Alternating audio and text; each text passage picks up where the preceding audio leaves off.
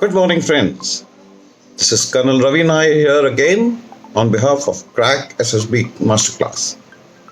Today, let's discuss what are the various types of branches or categories of the various arms and services of the Indian Army.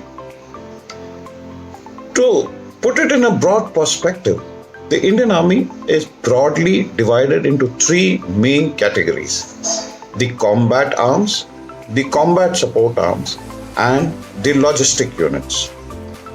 The combat arms are those components of the Indian Army which physically engage with the enemy on a one-to-one basis in a contact battle.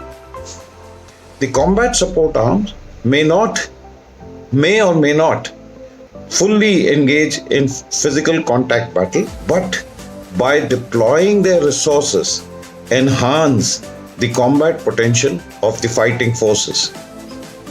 And the logistic units are those units which carry out the replenishments and replacements of all arms, equipment, and manpower in the battlefield. Having said that, let me assure you that they were put in that order because that is how they unfold in battle. But by no means it is to suggest that one arm or service is superior than the other. Remember, the Indian Army fights as a team. Each and every component has to play its role to ensure that the complete combat potential is unleashed on the enemy. And this is possible because every component realizes its importance and plays its part to the hilt. The combat arms basically which engage with the enemy are the infantry, the armor, and the mechanized infantry. The combat support arms which don't physically engage but are deploying their resources are the regiment of artillery, which deploys devastating and lethal firepower on the target before the assaulting forces get to the objective. In the Gulf War, Norman Schwarzkopf required a degradation of 50% of the target area, and this was done by carpet bombing, both by the Air Force and by the artillery. Then comes the engineers. The Corps of Engineers is responsible for enhancing mobility of own forces and degrading mobility of the enemy. They degrade enemy mobility by laying mines, by putting demolitions on bridges.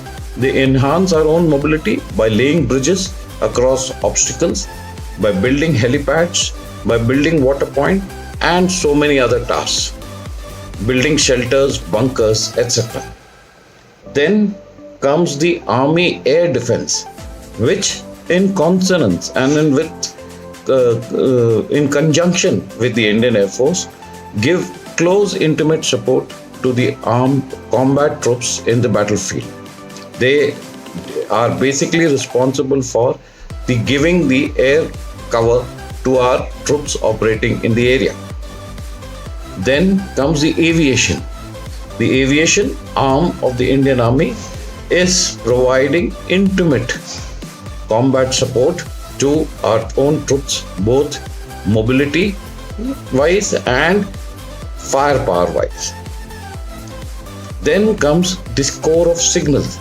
The signals is responsible for the communication management of the entire spectrum of the battlefield. They are known as the cyber warriors and are responsible for the information technology aspect of the entire Indian Army. Then comes the logistic units. The logistic units have very specific roles in terms of replenishment. They have the Army Service Corps, which is responsible for supplies, rations, fuel, transportation, everything. In the mountains, the Service Corps also operates mules, animals for transportation of loads into areas where vehicles cannot ply. Then comes the Army Ordnance Corps, which is responsible for storing, planning, provisioning, and dissemination of all warlike stores, including ammunition, clothing, tentage, etc. Then comes the Corps of Electrical and Mechanical Engineers. Corps of Electrical and Mechanical Engineers are responsible for the maintenance of every type of military equipment available, be it a bicycle to the aviation helicopters. The EME is responsible for maintenance and has a speciality in every aspect of the trade, whether it is gunnery, gun control equipment, the motor vehicle part, etc. Then comes the Army Medical Corps, which provides medical cover both in the battlefield and to handle large influx of casualties in an intense battlefield scenario. The Army Dental Corps, erstwhile part of the AMC, is now a separate service. Next comes the Army Postal Service. The Army Postal Service is responsible for giving the postage for the Indian Army, and also has a lot of ancillary benefits like the postal life insurance, etc. Then you have the Corps of Military Police, which is responsible for regulating traffic in the orchestration of forces into the battlefield area from the peacetime location, and even orchestrating forces into ops in a graduated and structured manner. Then you have the Pioneer Corps, which have civilian labor for loading the ammunition and other stores in battle, as all combat troops would be deployed in battle. So this, folks, are the three main categories: combat arms, combat support arms, and logistic units.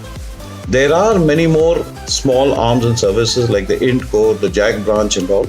You can be looked up. But broadly, these are the main components of the Indian Army. That's all for now. Take care and select your arm or service as appropriate to your aptitude and potential. Stay safe. Have a good day. Jai Hind.